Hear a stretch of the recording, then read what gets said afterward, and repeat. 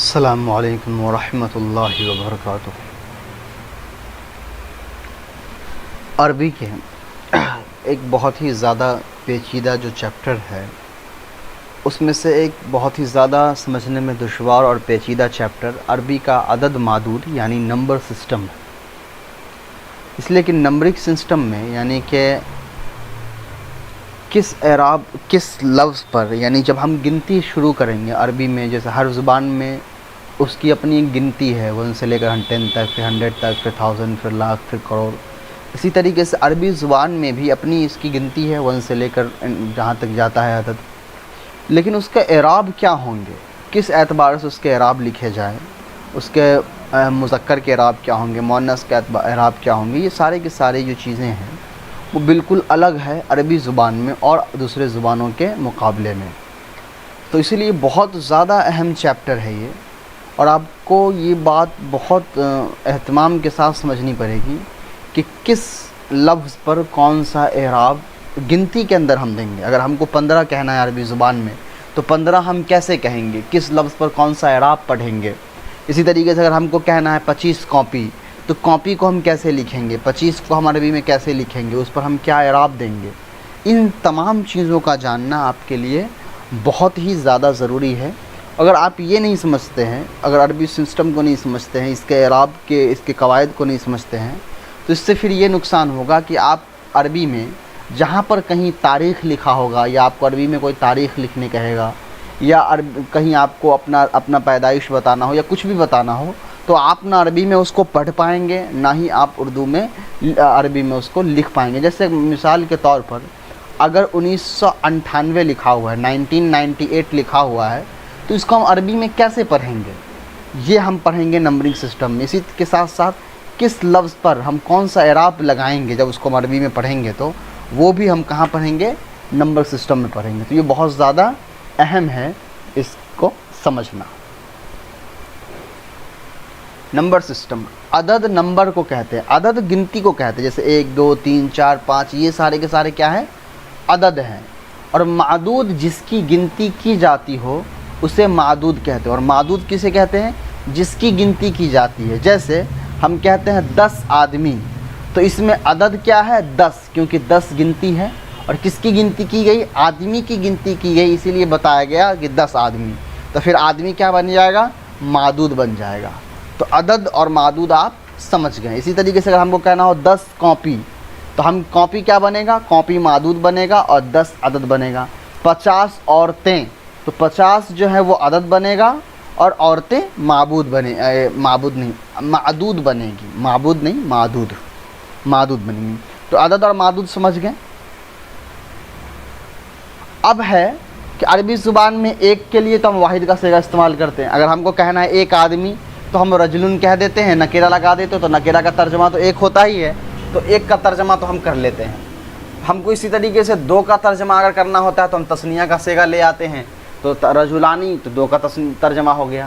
اور ہم کو اگر 2 سے زیادہ لانا ہوتا ہے تو ہم جمع کا صیغہ استعمال کرتے ہیں۔ تو پھر ہم کو عدد معدود پڑھنے کی کیا ضرورت ہے جب ہم 1 2 اور 2 سے زیادہ استعمال کرنا جانتے ہیں۔ دیکھیے، جمع میں ہم 2 سے زیادہ کا استعمال کرتے ہیں، تو جمع میں فکس نہیں ہوتا ہے نا کہ ہم کو کتنا بولنا ہے۔ 2 سے زیادہ کتنا بھی ہو سکتا ہے، 3 بھی ہو سکتا ہے، 30,000 بھی ہو سکتا ہے، 30 لاکھ بھی ہو سکتا ہے۔